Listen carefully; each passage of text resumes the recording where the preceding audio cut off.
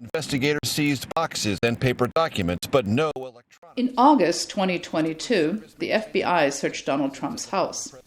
The federal police confiscated several boxes of classified documents that the former president had taken with him when he left the White House.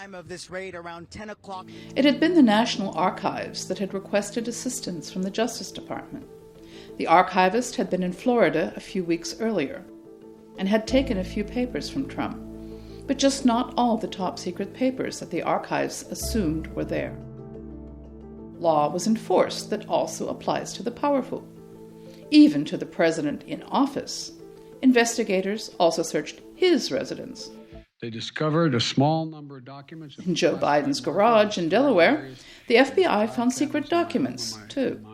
What they were doing there, he could not explain to the persistently questioning journalists. Laut Gesetz muss jeder US-Präsident als In Germany, the scandal was reported for weeks. However, the German journalists avoided the obvious question, namely, where the documents of the German chancellors end up. In the federal archives in Koblenz, where they belong by law? Eigentlich ist die Rechtslage klar. Das Bundeskanzleramt ist eine Verwaltung, hier kann man also nicht nach eigenständigen Kriterien verfügen. Damit ist dienstliches Schriftgut des Bundes vollständig dem Bundesarchiv anzubieten. Dass das nicht der Fall ist, in der Realität wissen wir alle. Es hat sich eingebürgert, dass Bundeskanzler, vielleicht auch Bundeskanzlerinnen, die öffentlichen Dokumente, die öffentlichen Unterlagen mit nach Hause nehmen, mit dem Ziel, sie im eigenen Interesse zu kommerzialisieren und insbesondere ihre eigene Hagiografie schreiben zu können, während sie gleichzeitig allen anderen den Zugang zu diesen Unterlagen versagen. Damit bestimmen sie und manipulieren die Geschichte. Does it work like this? In the US, the FBI searches the president's and the former president's homes, and in Germany, the politicians are allowed to steal records and nothing happens? Yes, it works. That's German reality. And the judges who should be enforcing the legal system give their blessing.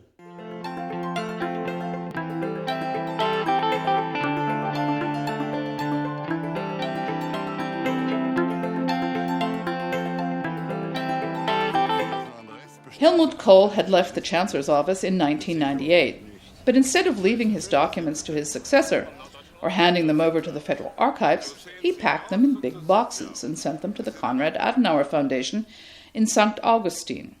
It is close to his conservative Christian Democratic Party. From there, they were later sent to his home in Augersheim, where his biographer was allowed to use them. And to this day, they are jealously guarded by his widow, Maike. Es gibt einfach Unrechtszustände, die sich in der Bundesrepublik eingeschliffen haben. Hiding official documents is a matter of criminal law. The timidity of prosecuting a former chancellor or his family for hiding these documents is disconcerting. I have filed a criminal complaint against the widow and sued the Chancellor's office for the recovery of these stolen files, without success. Diese Akten gehören dem Volk und man hat hier den Eindruck, dass das eben nicht so ist, sondern dass die damit machen können, was sie wollen. Dass sie verstecken können, dass sie mit nach Hause nehmen können nach Ende der Dienstzeit. Und das kann nicht sein. Man muss nicht bis in die USA gehen, wo das in der jüngsten Vergangenheit anders gehandhabt wurde, dass das FBI zu Herrn Biden und zu Herrn Trump nach Hause gegangen ist und die Akten dort wieder beschafft hat. Auch in England gehört es zu den Urpflichten der Exekutive, ihre Aktionen zu verschriftlichen und zu hinterlegen. Und parallel zu dieser ganzen Sache liefen ja auch Anfragen gegen Herrn Johnson, seine Sachen herauszugeben bezüglich seiner Festivitäten zu Corona-Zeiten. The Germans have resigned themselves to this state of injustice, it seems. The separation of powers does not work. Eingebettet ist das Kanzleramt im sogenannten... Promotional film made by the German government praises the chancellery in the highest terms. Die verglasten Innenhöfe und Fassaden sorgen für natürliches Licht, vermitteln aber vor allem auch Transparenz. The atriums are supposed to convey transparency? That is more than nonsense. Even for the conservative newspaper FAZ, quote, "The bureaucratic descendants of the old Federal Republic guard the written material like an explosives depot," unquote. There is no trace of transparency. Even files from the 1950s are not handed over to the Federal Archives, where they could be sorted, evaluated, and made accessible to the public. The German General Accounting Office has described the place where Angela Merkel ruled for 16 years. According to her audit findings, the offices of the former chancellors contained a wide variety of types of documents. These were offices in which hundreds of records or hundreds of boxes were stored unsorted in loose piles.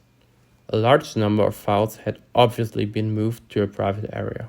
The chancellery left the decision on how to proceed with the documents to the chancellors. The documents should not have been taken out of the chancellery at the end of the service and should have been handed over to the Federal Archives. It must be ensured that when offices are dissolved, employees at the Federal Archives monitor the whereabouts of the archive material. The Federal Archives must be able to sift through all documents in good time. Nothing has happened since then. Politicians set out such warnings.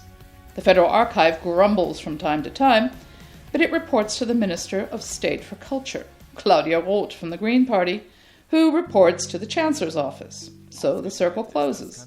And in the end, it's the citizens who get the short end of the stick.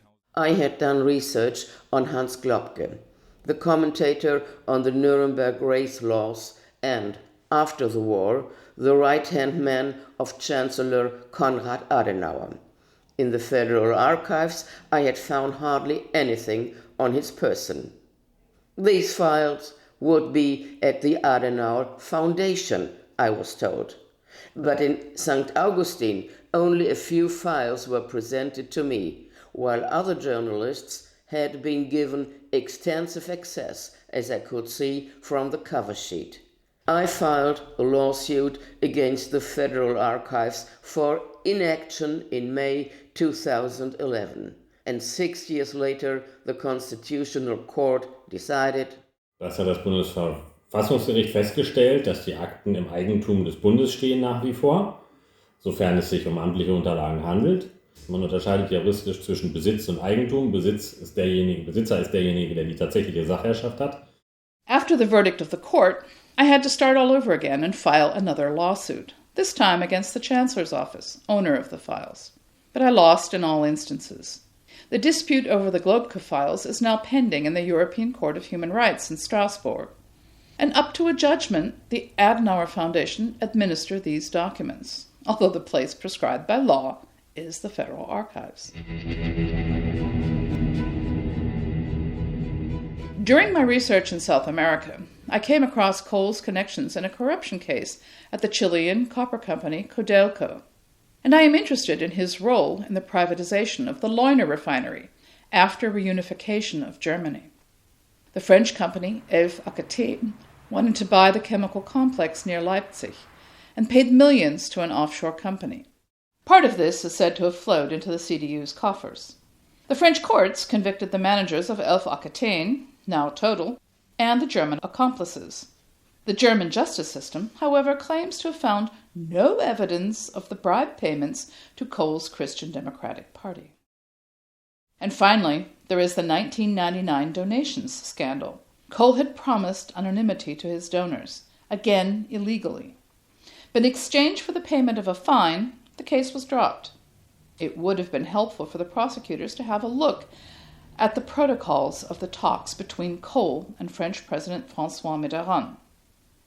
Where these are located was no secret. Quote from a press release of the Adenauer Foundation. In 1998, former Chancellor left documents to the archives of the Adenauer Foundation for safekeeping. Since 2010, these have been located by mutual agreement at the home of former Chancellor Dr. Helmut Kohl, where they are all available for personal use. The foundation had felt compelled to make this announcement, not because it had been put under pressure by the Federal Archives or the Public Prosecutor's Office. No, Kohl's ghostwriter had set the machine in motion. Until he later fell out with the widow, he had been allowed to evaluate these files in Kohl's cellar. The Institute for Contemporary History was also allowed to copy the Mitterrand protocols in Oggersheim. How gracious. Ich habe dort unten im Keller gearbeitet, ich habe Akten lesen müssen und so weiter. The biographer conducted long interviews with the former chancellor, and he didn't mince words. Blüm, Verräter. Thierse, Volkshochschulhirn. Ja gut, es stimmt, aber sowas sagt man doch nicht. Ne? Oder hier, Merz, politisches Kleinkind. Merkel, hat keine Ahnung. Schwan wrote several books about his client, always from Kohl's self-righteous perspective. Who wanted to protest? After all, the documents that could refute his version lay in the Oggersheim cellar, inaccessible to critical minds. Es hat einen erheblichen Vorteil für die Bundeskanzler AD, wenn sie diese Unterlagen 30 Jahre lang exklusiv auswerten können. Herr Schmidt hat das ja sehr häufig und wiederholt gemacht und Herr Kohl ebenfalls in seinen unsäglichen Memoiren, diese 2 Bände, die keiner lesen kann. Das ist ja ein ökonomischer Vorteil und gleichzeitig lasse ich niemanden daran. Ja? Damit kann ich ein Monopol, ein ökonomisches Monopol 30 Jahre lang ausnutzen, kriege sehr hoch bezahlte, bei Herrn Kohl war es 500.000 Verlagsverträge und davon lebt es sich hervorragend.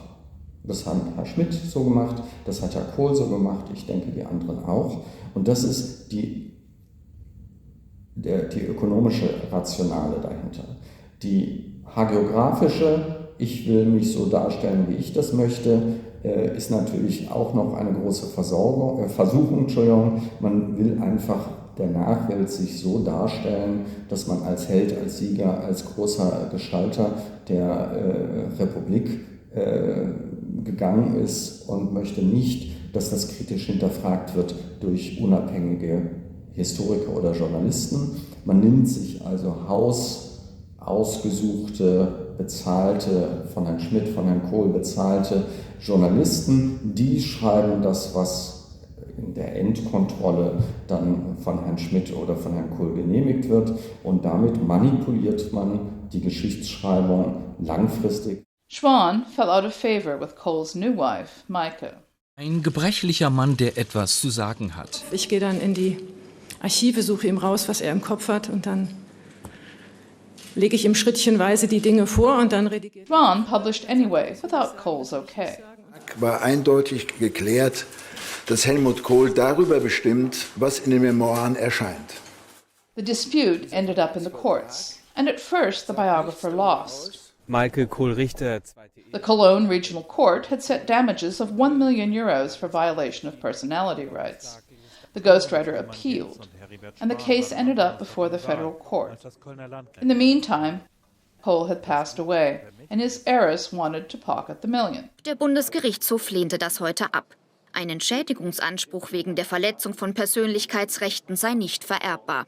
The media reported widely on the legal dispute, often maliciously. The caring wife became the cold and calculating egoist. She drove out the sons from his first marriage and posed as the sole administrator of his political legacy. She felt like fair game, she complained to the Stern magazine, begging for pity. Zum historischen Nachlass des Altkanzlers zählen auch Akten auf die nun. Suddenly, even the federal archives began to take an interest in the treasure in the Oggersheim cellar. The president did not send her the federal police, but a polite letter. I would be grateful if you would forward government documents from your husband's work to the Federal Archives via the Chancellery. I had also written her a letter shortly after her husband's death, asking for access to the files. I did not receive an answer, and now it was clear to the Chancellor's office that there would be legal consequences. It asked the widow. The Federal Constitutional Court has discussed a possible obligation of the federal authorities to recover official documents. I would therefore be grateful if we could exchange views on this at the next opportunity. Maike did not want to exchange views. She took several months to respond, if you can call such a thing a response. When my husband left his office, he has, of course, adhered to the applicable legal situation and therefore has not taken official documents for his private files. With that, everything was okay for the Chancellor's office. The issue closed. Not for me. I filed a criminal complaint for breach of custody against the widow and sued the Chancellor's office for recovery of the files. Es ist allgemein bekannt, dass der ehemalige Bundeskanzler Kohl zahlreiche Akten zu sich nach Hause verschafft hat. Über den Umweg vorher zur Konrad-Adenauer-Stiftung sind sie anschließend bei ihm in den Keller in Oggersheim gelangt und lagern dort nach allem, was wir kennen aus der Presse, aus den Berichten seines ehemaligen Biografen Herbert Schwan, lagern dort noch immer. Wir haben uns ans Kanzleramt gewandt, weil das Kanzleramt aktenführende Stelle ist und eigentlich nach dem Bundesarchivgesetz verpflichtet ist, die Akten ans Bundesarchiv abzugeben. Sie also nur abgeben kann, wenn sie vorher aus dem Keller befreit. Und genau das haben wir beantragt. The criminal complaint was dropped by the Public Prosecutor's Office due to lack of initial suspicion. A court action to compel prosecution was also dismissed. That case, as well as the Globke files litigation, is also awaiting a decision from the European Court of Human Rights. Wir wollten, dass wie in den USA, dass die Bundesregierung einen Gerichtsvollzieher hinschickt oder untersucht, welche Akten sich in dem Keller befinden und dann ihrer Verpflichtung nach dem Bundesarchivgesetz nachkommt und die Akten wieder dorthin transportiert, wo sie hingehören, nämlich ans Bundesarchiv. I contacted the Adenauer Foundation again, and the following email exchange shows the political party's absurd and arrogant approach to the law and the requirement for transparency. Email dated June 12, 2020. I would like to know which files exactly are involved, file name and registration numbers. Answer from St. Augustine. The documents are no longer in our archives. We are not able to provide the information. I contacted the retired head of the archives, Hans-Jürgen Küsters. I would like to know the registration numbers and the name of Kohl's files. After all, in the Globke affair, the Foundation's archive has always claimed to be a normal archive, open to users like any other archive. In any other archive where the Federal Archives Act applies, the registers are available to the public. Therefore, I'm asking, which files were sent to Oggersheim? Küsters' response. Yes, in my time, files from the archives of the Adenauer Foundation were ordered by former Chancellor Kohl to be sent to Oggersheim. You assume that registers exist immediately for all files that come to the archives. This is by no means the case. It is not possible to process the volume of files correctly in the archive that quickly. Of course, acquisition lists are prepared, some with content reference, some without. They are used exclusively for internal processing purposes. I insisted. The Chancellor's files are not just any insignificant papers, but documents of great importance for history. And a proper archive also needs proper registers. Otherwise, I have a worthless haystack.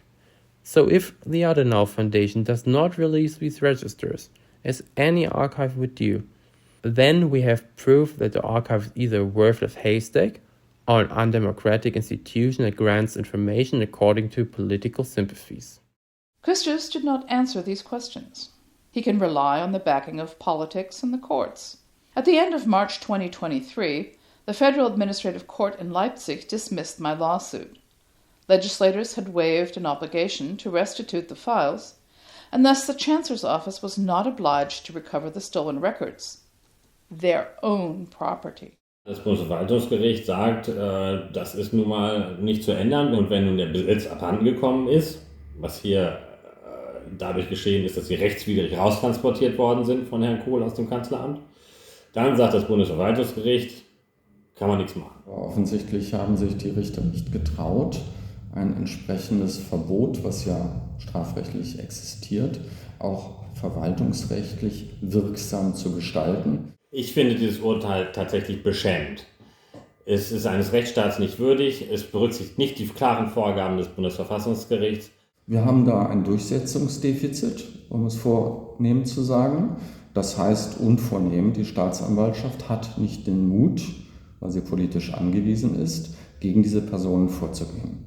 Aber die Richter sollten eigentlich unabhängig sein. Die Richter haben offensichtlich auch nicht den Mut. Aber warum nicht? Auch Richter sind sehr nah beim Staat und haben manchmal Vorstellungen, wie sie den Staat nutzen sollen.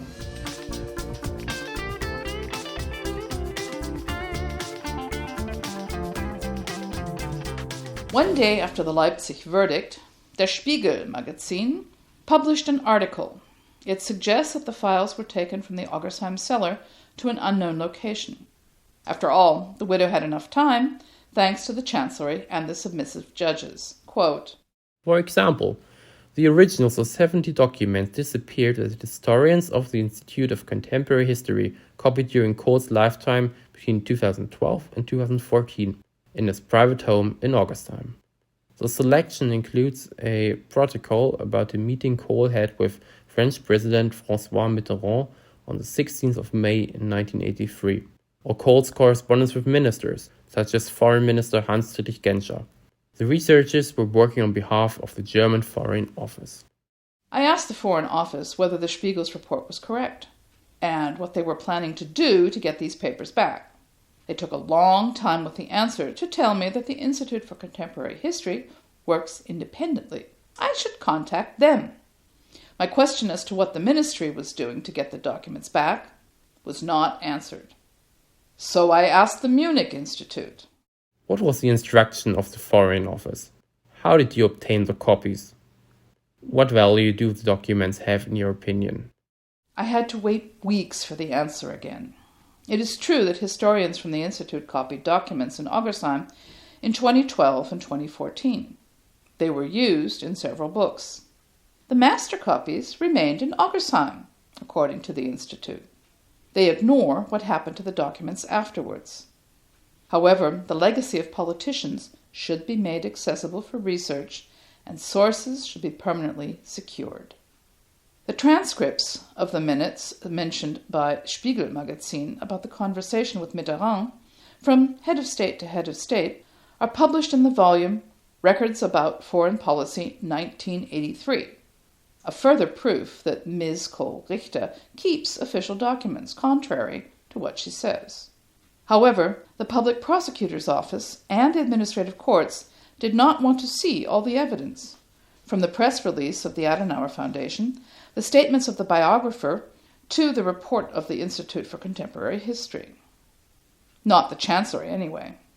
The fact is, not everyone is equal before the law. Just as files were withheld from me at the Adenauer Foundation, I was not able to see the Mitterrand minutes that the staff of the Munich Institute had seen. It is not clear whether the Kohls presented all the documents to the historians or just a selection. Großes Treffen zweier alter Freunde. In the meantime, a rumor is circulating that the Kohl files have been taken to Hungary. Do historians now have to hope that Viktor Orban has a big heart and will hand over the Oggersheim papers to his own state archive, or they will at best be accessible to the public? This is no joke. I recently looked in the Federal Archives in Koblenz for the protocol that Adenauer had written in December 1961 about a secret conversation with Soviet Ambassador Andrei Smirnov and handed over to French President Charles de Gaulle. It is definitely not in Koblenz.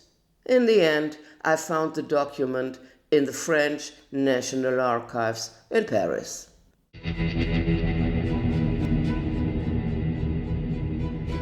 I don't like to speculate because I prefer facts and I fight for our right for truth.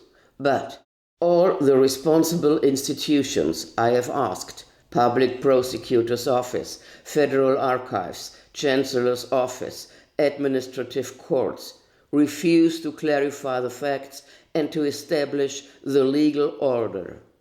And when journalists want to find out the truth, they have no choice but to think different possibilities and gather evidence, piece by piece, like a puzzle. They are often called conspiracy theorists for this.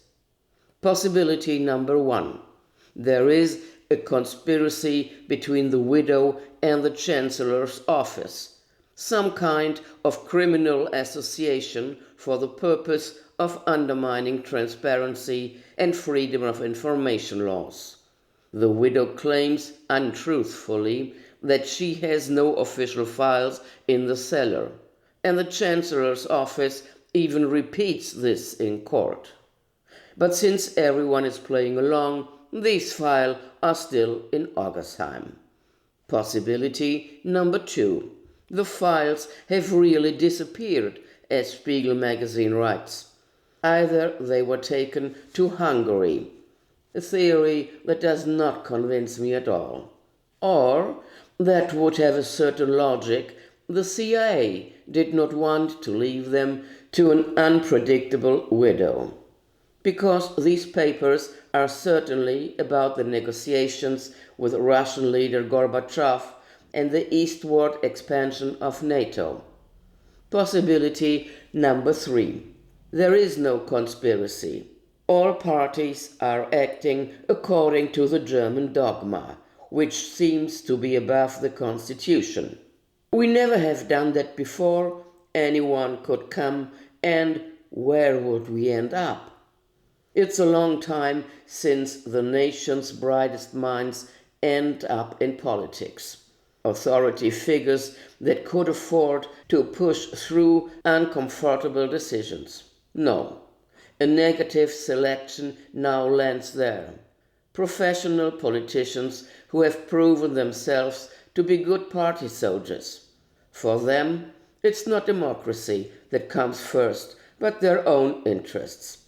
They do not want to fall off the edge of their plates.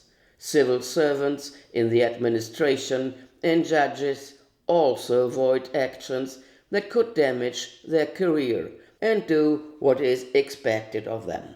Why take responsibility and enforce the law when there is another way?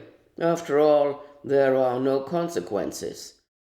I am afraid that possibility 3 is the closest to reality. The result is no authority, no respect.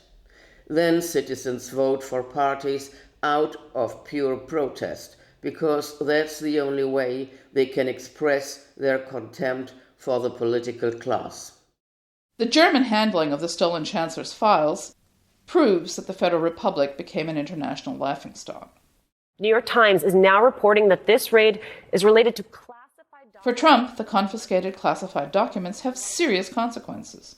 He not only faces criminal proceedings, which have been scheduled for next May. His candidacy depends on it. The German media are, of course, reporting on this, asking their correspondents for details. But they don't ask where the German chancellor's files are. Der Zugang zu archivrechtlichen Unterlagen ist ja das, was eine Demokratie unterscheidet von einer Diktatur. Because of the Kohl files, my lawyer has now filed a constitutional complaint. Ich bin optimistisch, dass das Bundesverfassungsgericht sich diese Entscheidung des Bundesverwaltungsgerichts nicht bieten lässt und hier noch einmal ganz klar, wie bereits im Jahr 2017, feststellt, dass man es sich so einfach nicht machen kann, dass Akten, die einmal weg sind, für immer dem Zugang der Archive entrissen sind. However, last year the judges of the Constitutional Court had rejected my complaint about the Globke files. Constitutional complaint is not accepted. No statement of reasons will be given. I finance my lawsuits for freedom of information with crowdfunding. Was it a coincidence that PayPal blocked my account when I had just lost the case before the higher administrative court last year? Someone must have denounced me to PayPal. Who? Someone from the Chancellor's office? From Oggersheim? I don't know. I protested to PayPal and sent a newspaper article about my lawsuit with the remark that what I'm litigating for is done in the USA by the FBI. The next day, the account was free again, without comment.